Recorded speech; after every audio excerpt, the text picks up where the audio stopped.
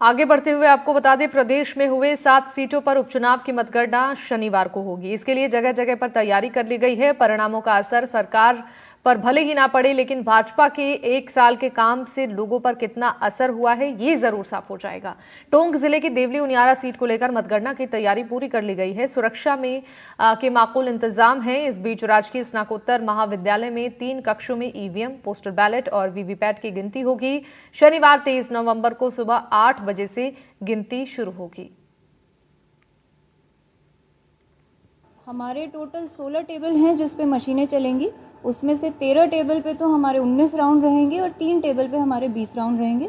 इसके साथ ही postal ballot के लिए भी हमने 4 टेबल लगाए हैं। हमारे टोटल 600 या 600 से थोड़ा अधिक हम एक्सपेक्ट कर रहे हैं कि पोस्टल बैलेट रहेंगे, क्योंकि ईटीपीबीएस वाले कुछ बैलेट हैं वो अभी भी आ रहे हैं। 576 हमारे कुछ जो ग्रामीण थे उन्होंने होम वोटिंग में अपने मत दिए थे। तो इस हिसाब से हम एक्सपेक्ट कर रहे हैं कि 2 बजे तक शायद हम रिजल्ट को देने की स्थिति में रहेंगे। 1000 कार्मिक अभी मतगणना स्थल में या तो अंदर या उसके बाहर उपस्थित हैं। आज आपने दौरा भी किया, वहाँ जायजा भी लेके आए हैं, किस तरह की व्यवस्थाएं देखी? व्यवस्थाएं हमने अपनी तरफ से पूरी कर ली हैं। जो भी छोटी मोटी कमियां थी उसको भी दुरुस्त करवा रहे हैं और कल तक पूरी तरह से काउंटिंग हॉल रेडी हो जाएगा। प्रदेश की 7 सीटों पर हुए उपचुनाव के बाद अब बारी है मतगणना की चुनाव परिणाम जानने की। देवली उनियारा सीट वह सीट जो इस बार हॉट सीट बन गई है और इस सीट पर जो है सबकी नजर है। समरावता जैसी घटना के बाद कहीं न कहीं चर्चा में आई इस सीट पर अब तक जो है अगर इतिहास की बात करें तो कांग्रेस का कब्जा रहा है। अधिकांश जो चुनाव हैं उसमें से कांग्रेस या उससे समर्थित दलों ने यहां जीत हासिल की है। बीजेपी के खाते में महज 3 जीत नजर आती है। परिसीमन के बाद में इस सीट पर अब तक 4 चुनाव हैं, ये 5वां चुनाव है और इस सीट पर अब तक का ये पहला उपचुनाव है।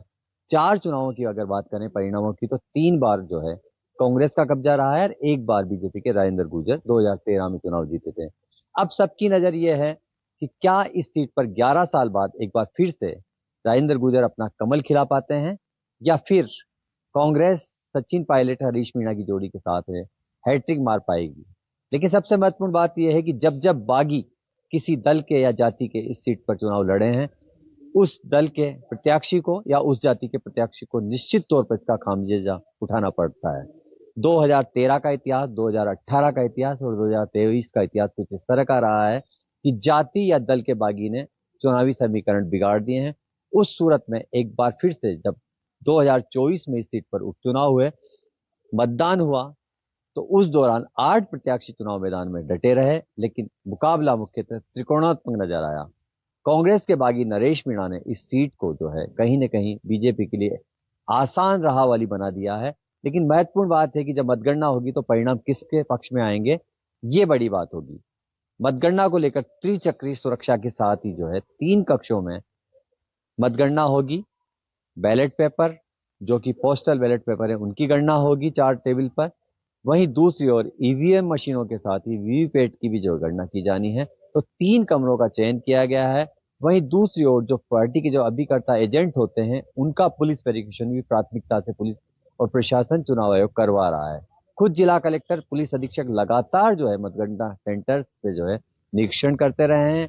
यहाँ की तमाम जो सुविधाएं हैं, सुरक्षा की सुविधाएं हैं, उसको लेकर जानकारी देते रहे हैं और खुद जिला कलेक्टर सौम्या झा ने बताया भी है कि हम किसी भी सूरत में चुनाव आयोग की निर्देशों की पालना में इस बार सख्ती से जो है पेश आएंगे। शहर की, जिले की कानून व्यवस्था, शांति व्यवस्था वो किसी तरह नहीं बिगड़ने दिया जाएगा। देखने वाली बात यह होगी कि इस सीट का जो इतिहास है उसके विपरीत क्या बीजेपी 11 साल बाद इस सीट पर कमल खिला पाएगी या कांग्रेस के खाते में एक बार जीत की हैट्रिक होगी। लेकिन सबसे महत्वपूर्ण बात यही है कि राजस्थान में जब मतगणना को लेकर जो है जो तैयारियां हैं और जो कयास लगाए जा रहे हैं उसके बीच में 7 सीटों पर जब मतगणना होगी तो सबकी नजर रहेगी टोंक की उस सीट पर जिसे सचिन पायलट का गढ़ कहा जाता है और इस सीट पर कहीं ना कहीं प्रतिष्ठा भी जुड़ी हुई है। सचिन पायलट की प्रतिष्ठा हो या फिर प्रतिष्ठा हो हरीश मीणा की। ठीक इसके विपरीत मंत्री कन्हैयालाल चौधरी और मंत्री हीरालाल नागर ने जो है जिस तरह का कैंप किया तो उनकी भी प्रतिष्ठा इस सीट से जुड़ गई है। सबको इंतजार है मतगणना और परिणाम का। एनडीटीवी की रहेगी इस सीट पर पल पल नजर और हम आपको देते रहेंगे अपडेट। कैमरामैन रोहित के साथ रवि स्टेलर, एनडीटीवी टोंक। अलवर के रामगढ़ सीट पर हुए चुनाव के लिए वोटों की गिनती कल होगी। वोटों की गिनती को लेकर प्रशासन ने तैयारी पूरी कर ली है। रामगढ़ विधानसभा के लिए वोटों की गिनती 22 राउंड में होगी। अलवर के बाबू शोभाराम महाविद्यालय में मतगणना की जाएगी। 23 नवंबर सुबह 8 बजे से ये मतगणना शुरू होगी, जिसमें 10 प्रत्याशियों के भाग्य का फैसला होगा। इस सीट पर मुख्य मुकाबला भारतीय जनता पार्टी के सुखवंत सिंह और कांग्रेस के प्रत्याशी आर्यन खान के बीच है।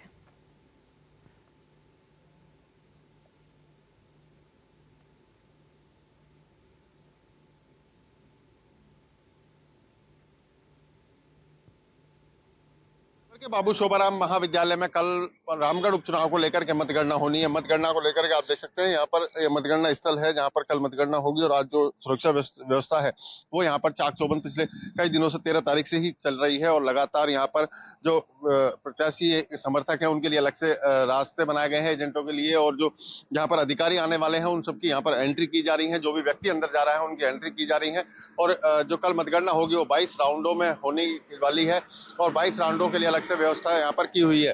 तो बात की जाए तो मतगणना को लेकर के जो रामगढ़ उपचुनाव है उसको लेकर के सभी तैयारियां जो है वो लगभग पूरी कर ली गई है।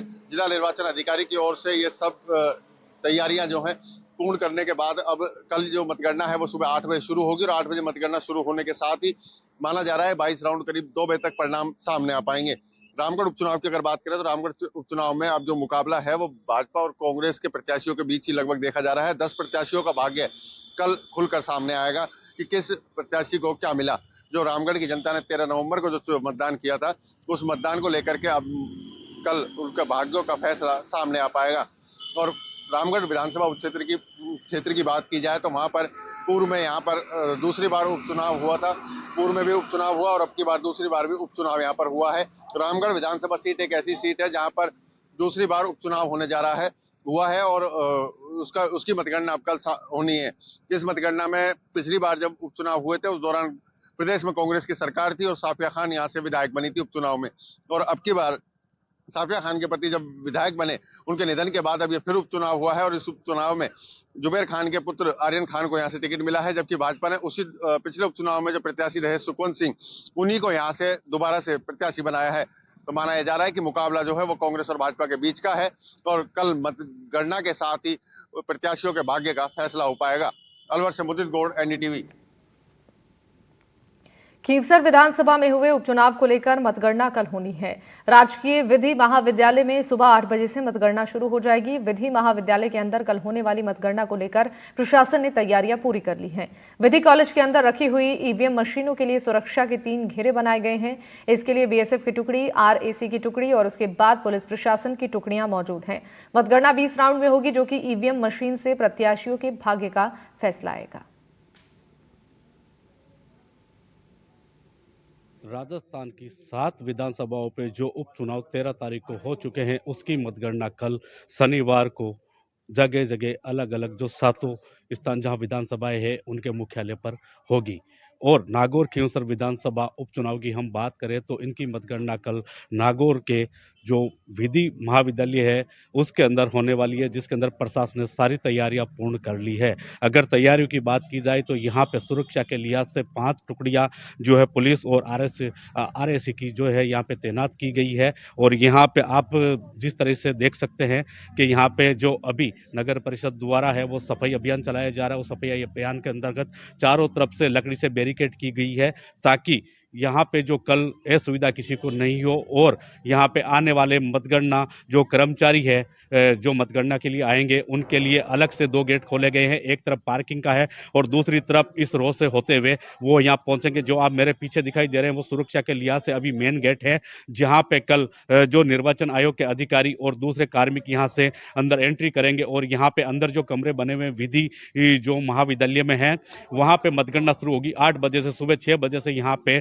जो है मतगणना कर्मचारियों की एंट्री रखी गई है और उसके बाद में 8 बजे यहाँ पे जो रूम में है वो उपचुनाव की मतगणना शुरू होगी।